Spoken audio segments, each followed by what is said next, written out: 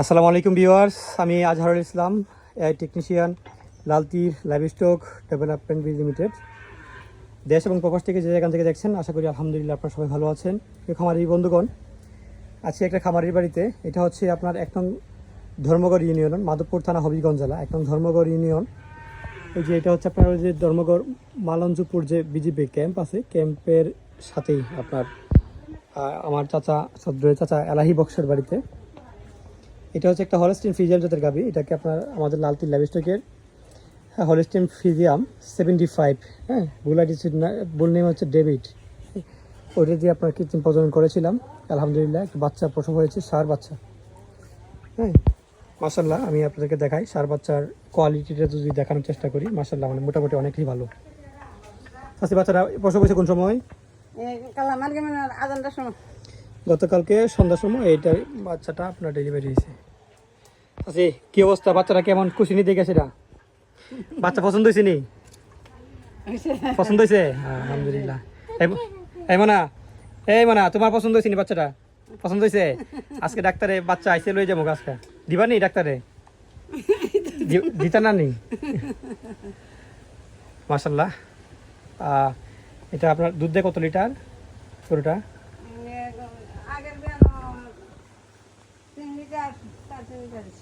3 litre 3.5 আছে না? বুঝছি। এটা হচ্ছে একটা দেশি গাভীর বাচ্চা। এটা দেশি গাভীর যে মাটা দেখতেছেন, এটা হচ্ছে আপনার দেশি গাভীর ভিতরে। হ্যাঁ, এটা আপনার ক্রস আসছে। এখন গত বিয়ানে আপনার 3 লিটার পাইছেন। হ্যাঁ, এই বিয়ানে আপনি 5-7 লিটার পাইতে পারেন, খুব বেশি পাবেন।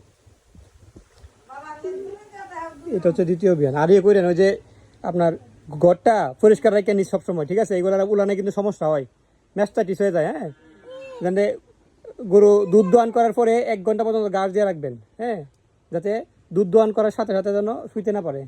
কথা বুঝতে পারছেন? মানে শুইলে দেখা গেছে এই যে বাচ্চা দুধ খাইতেছে, হ্যাঁ, এখন যদি এই গরুটা নিচে ঘুমায়, হ্যাঁ, এই বানে দিয়ে কিন্তু আপনার বিভিন্ন যে এই যে ফ্লোরে জীবাণু আছে, জীবাণু যাওয়ার পরে দেখা যাবে উলানটা আপনার এরকমভাবে আপনার শক্ত হয়ে যাব, গরম হয়ে যাব। এই রোগের নাম হচ্ছে আপনার ম্যাস্টাইটিস। এই রোগটা যদি একবার হয়, দেখা গেছে আপনার 3টা বাট থেকে 4টা বাট থেকে যে কোনো একটা বাট আপনার বা 2টা বাট কান হয়ে যাবো। এই বাটে তার দুধ হইতো না। এই বড় গরুগুলার এই সমস্যা। কাজেই আপনি ঘর সবসময় পরিষ্কার রাখবেন, দুধ দোয়ান করার সময় পরিষ্কার রাখবেন। আবার এই যে গরু বাছুরের দুধ খাইতেছে, হ্যাঁ, এই বাছুরের দুধ খাওয়ার এটা আপনি সময়টা একটু করে দিবেন। মনে করেন যে সবসময় দুধ না খাইতে পারে, মানে প্রতিদিন এক টাইমে দুধ খাওয়াবেন। মানে যদি সকালে দুধ খাওয়ানোর 1 ঘন্টা পর্যন্ত এখানে গাছ দিয়ে রাখবেন, যেন গাছ মানে শুইতে না পারে। দুধ দোহান করার পরে যাতে শুইতে না পারে, আর বাছুরে খাওয়ার পরে যাতে শুইতে না পারে, এই ব্যবস্থা রাখবেন। ঠিক আছে? দেখা গেছে আপনার গরুটা ভালো থাকবো। আর যদি মনে করেন একবার ওই জায়গায় রোগটা, হ্যাঁ, পরে দেখা গেছে গায়ে আপনার পা ধুইতে বলে।